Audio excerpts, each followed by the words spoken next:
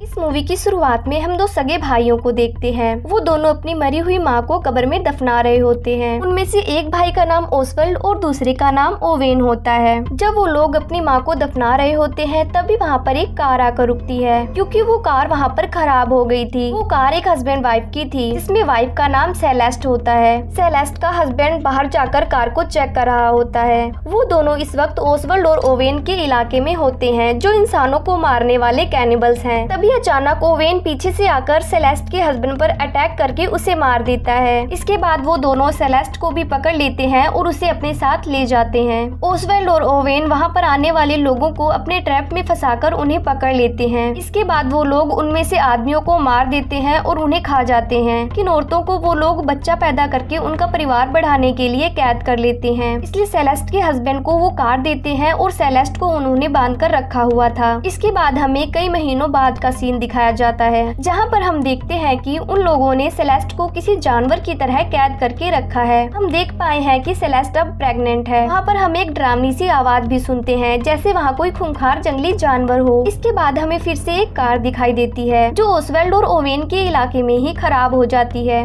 उस कार में दो कपल्स थे, माइक और जेना, क्रिस और टेलर। वो सभी आपस में फ्रेंड्स भी थे। वहाँ उन लोगों को कोई दिखाई नहीं देता जिससे वो हेल्प ले सके, इसलिए माइक सीधा चलना शुरू कर देता है। उसे लगता है कि शायद आगे चलकर उसे कोई सर्विस स्टेशन मिल जाएगा। जेना माइक के साथ नहीं जाना चाहती थी, इसलिए टेलर माइक के साथ चली जाती है। इसके बाद जेना फ्रेश होने के लिए जंगलों की तरफ चली जाती है। वहाँ जमीन पर बिछाई हुई वायर से जेना का पैर टकरा जाता है। इससे ओवेन के घर में एक घंटी बजने लगती है, जिससे ओवेन को पता लग जाता है कि उनके इलाके में कोई आया है। वो वायर्स बिल्कुल एक अलार्म की तरह सेट किए गए थे। फिर हमें पता चलता है कि माइक और टेलर का अफेयर चल रहा है। इसी वजह से जेना माइक से नाराज थी। जेना को जंगल में ही एक पेड़ पर खून का निशान भी दिखाई देता है। वो अपनी खराब गाड़ी के पास आकर क्रिस को भी इसके बारे में बताती है। दूसरी तरफ हम देखते हैं कि काफी देर चलने के बाद माइक और टेलर एक गैस स्टेशन पर पहुंच जाते हैं। उस गैस स्टेशन पर उन लोगों को ओसवाल्ड मिलता है। ओसवाल्ड उनके लिए एक टो ट्रक मंगवाने के लिए फोन करता है, लेकिन उसका इरादा तो हम जानते ही हैं। ओसवाल्ड को अब अपने नए शिकार मिल चुके थे। टेलर को वो आदमी बहुत अजीब लगता है। इधर जेना और क्रिस रिलैक्स होकर अपनी कार में बैठे होते हैं। तभी वो देखते हैं कि कोई उनकी तस्वीर ले रहा है। वो कोई और नहीं बल्कि ओवेन होता है। इस वजह से वो दोनों काफी घबरा जाते हैं। दूसरी तरफ टेलर और माइक को टो ट्रक का वेट करते हुए काफी देर हो चुकी थी, इसलिए टेलर माइक से ये कहकर चली जाती है कि जब तुम्हें टो ट्रक मिल जाए तो मुझे रास्ते से पिक कर लेना। अब माइक वहाँ अकेला रह गया था। ओसवाल्ड उसकी हेल्प के बहाने से माइक को अंदर बुलाता है और उसे बेहोश कर देता है। इधर जेना और क्रिस भी सेफ्टी के लिए एक औजार लेकर गैस स्टेशन की तरफ निकल पड़ते हैं। रास्ते में उन्हें सड़क पर उनकी तस्वीर मिलती है, जिसे ओवेन ने खींचा था। अब वो दोनों भी काफी डर गए थे। टेलर अकेले ही जंगल में सड़क पर काफी देर तक चलती रहती है, लेकिन वहाँ उसे डर लगने लगता है, इसलिए वो वापस उसी गैस स्टेशन पर आ जाती है। वहाँ उसे माइक नहीं दिखाई देता, इसलिए वो ओसवाल्ड से माइक के बारे में पूछती है। तब ओसवाल्ड उसे भी मारकर बेहोश कर देता है। फिर हम देखते हैं कि ओसवाल्ड ने माइक को अच्छी तरह से बांध रखा था। फिर वो टेलर को भी वहाँ लाकर अच्छी तरह से पैक करने लगता है। ये देखकर माइक चिल्लाने लगता है। अब ओसवाल्ड उसे स्टन गन से बेहोश कर देता है। दूसरी तरफ जेना और क्रिस आगे बढ़ते जा रहे थे। रास्ते में उन्हें एक और तस्वीर मिलती है, जो ओवेन ने ही खींची थी। उस तस्वीर में माइक और टेलर काफी नजदीक होते हैं। ये देखकर क्रिस बहुत दुखी हो जाता है, क्योंकि टेलर उसे धोखा दे रही थी। अब जेना उसे कहती है माइक और टेलर बुरे इंसान हैं। अभी वो दोनों उस तस्वीर को देख ही रहे होते हैं कि तभी ओवेन वहाँ हथियार के साथ आ जाता है। वो क्रिस पर हमला करके उसे घायल कर देता है। क्रिस जेना को वहाँ से भागने को कहता है, इसलिए जेना वहाँ से बचकर भाग जाती है, लेकिन क्रिस नहीं भाग पाता। ओवेन उसके दोनों पैरों पर वार करता है, जिससे वो भाग ना सके। फिर वो जेना के पीछे जाता है, पर जेना छुप जाती है, इसलिए वो उसे ढूंढ नहीं पाता। ओवेन फिर से क्रिस के पास आता है, जहाँ क्रिस सड़क कर आगे जाने की कोशिश कर रहा था। तब वो उसे एक पत्थर से मारता है। जेना भागते हुए एक घर के पास आ जाती है, लेकिन वो घर भी किसी और का नहीं बल्कि उन दोनों कातिल भाइयों का ही होता है। इससे पहले कि जेना उस घर में जा पाती, उसके पास से एक गाड़ी गुजरती है। वो दौड़कर उस गाड़ी को रुकवाती है, लेकिन उस गाड़ी में कोई और नहीं बल्कि ओसवाल्ड ही था, जो टेलर को पैक करके अपने साथ ले जा रहा था। जेना उससे हेल्प मांगती है। तब ओसवाल्ड कहता है कि उसके घर पर फोन है, जहाँ से जेना पुलिस को फोन कर सकती है। अब जेना भी उसकी गाड़ी में बैठकर उसके साथ चली जाती है। घर पहुँचते ही जेना जल्दी से पुलिस को कॉल करने लगती है, लेकिन वो फोन काम नहीं कर रहा था। जेना को वहाँ पर बहुत सारी तस्वीरें भी दिखाई देती है। वो तस्वीरें उन लोगों की होती है जिन्हें ओसवाल्ड और ओवेन पहले ही अपना शिकार बना चुके थे।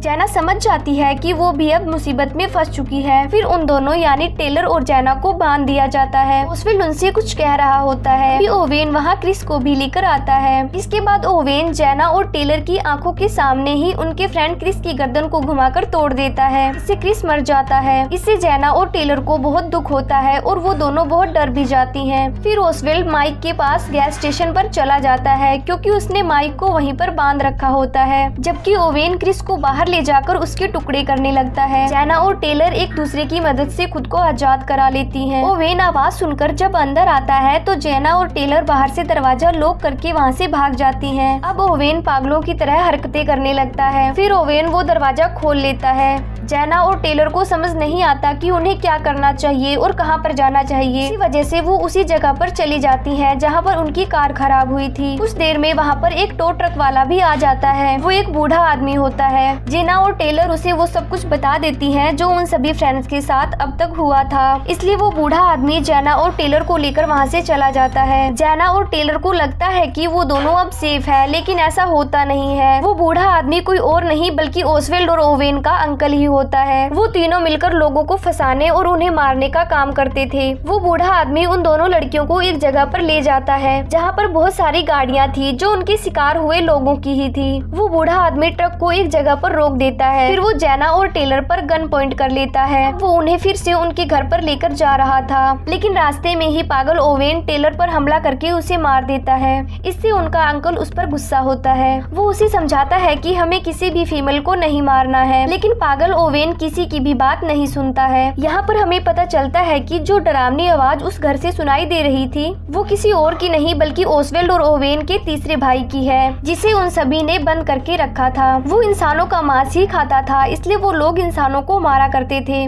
ओवेन का अंकल उसे बोलता है कि उनका तीसरा भाई किसी भी हालत में बाहर नहीं आना चाहिए, नहीं तो वो तबाही मचा देगा। उन लोगों के बातचीत के दौरान जैना बड़ी समझदारी से एक ब्लेड उठा लेती है। जैना को भी सेलेस्ट के साथ ही बंद कर दिया जाता है। जैना जब सेलेस्ट को देखती है तो वो समझ जाती है कि उसके साथ भी यही सब होने वाला है। सेलेस्ट जैना से कुछ भी नहीं बोल रही थी क्योंकि उन भाइयों ने उसकी जीभ पहले ही काट दी थी, जिसकी वजह से वो ना ही बोल सकती थी और ना ही चिल्ला सकती थी। फिर जैना जल्दी से सेलेस्ट को भी आजाद कर देती है। जैना सेलेस्ट को कहती है मैं तुम्हें यहाँ से आजाद कराऊंगी। फिर सेफ्टी के लिए वो उस ब्लेड को सेलेस्ट को दे देती है। इतनी ज्यादा तकलीफें सहने के बाद सेलेस्ट अब अपनी जिंदगी से तंग आ चुकी थी, इसलिए वो पहले अपने पेट में पल रहे बच्चे को मारती है। इसके बाद वो अपने गले में वो ब्लेड घुसाकर खुद को खत्म कर लेती है। तभी वहाँ पर ओवेन आ जाता है। वो ब्लेड अब जैना के हाथों में होता है। जब वो सेलेस्ट को मरा हुआ देखता है तब उसे बहुत गुस्सा आता है। तब जैना वहाँ से भागने की कोशिश करती है और वो ब्लेड ओवेन के हाथ में घुसा देती है, लेकिन ओवेन उसे पकड़ लेता है और मार मार कर उसे बेहोश कर देता है। ओवेन के अंकल ने रास्ते में ही ओसवेल्ड को बता दिया कि तुम्हारे भाई ने एक लड़की यानी टेलर को मार दिया है। थोड़ी देर बाद जब ओसवेल्ड घर पहुँचता है तब उसे वहाँ सेलेस्ट भी मरी हुई मिलती है। तब वो ओवेन को काफी डांटने लग जाता है, लेकिन अब ओवेन का दिमाग भी बहुत खराब होने लगा था। अब वो भी बहुत गुस्से में ओसवेल्ड पर चिल्लाने लगता है। उसकी आवाज भी अब डरावनी हो गई थी। उसके हाथ में वो ब्लेड भी रहा जो जैना ने उसके हाथ में घुसा दिया था। तब ओसवेल्ड सोचता है कि मेरा भाई कहीं गुस्से में मुझ पर ही ना हमला कर दे,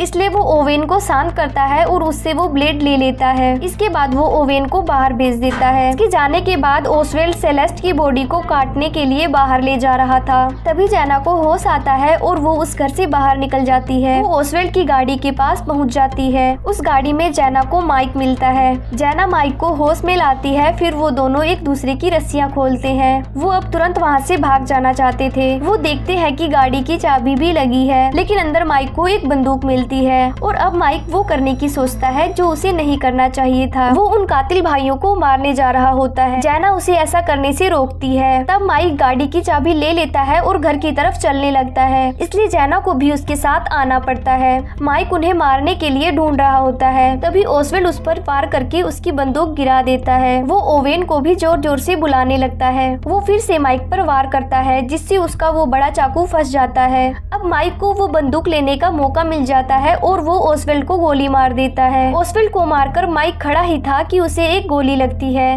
वो गोली ओसवेल्ड के अंकल ने चलाई थी, जो वहाँ अपना कोई भूला हुआ सामान वापस लेने आया था। वो माइक पर एक और गोली चलाता है, जिससे माइक जमीन पर गिर जाता है। लेकिन तभी जैना ओवेन के अंकल के सर में वो बड़ा सा बुच्चर नाइफ घुसाकर उसे मार डालती है। फिर जैना माइक के पास आती है जो अब बच नहीं सकता था। माइक जैना को गाड़ी की चाबी देकर उसे सॉरी बोलता है और उसे वहाँ से जाने को कहता है। तभी वहाँ पर ओवेन भी आ जाता है। वो ये सब देखकर गुस्से में अंदर जाता है और अपने तीसरे भाई को आजाद कर देता है। उसका तीसरा भाई बाहर आता है और किसी जानवर की तरह माइक को खाने लग जाता है। वो जैना पर भी हमला करता है, पर जैना उससे बचकर गाड़ी की तरफ भागने लगती है। तब ओवेन अपने उस जानवर भाई को जैना को पकड़ने को कहता है। अब वो जानवर जैना के पीछे पड़ जाता है। जैना किसी तरह गाड़ी तक पहुंचकर उसका दरवाजा अंदर से बंद कर लेती है। तब ओवेन को उसके अंकल की गन मिलती है। जैना गाड़ी को स्टार्ट करने की बहुत कोशिश करती है, लेकिन वो गाड़ी स्टार्ट नहीं होती है। लेकिन आखिर में जैसे ही गाड़ी स्टार्ट होती है और जैना चलने ही वाली होती है, तभी ओवेन वहां आकर जैना को गोली मार देता है और फिर उसका जानवर भाई गाड़ी में घुसकर जैना को खाने लगता है।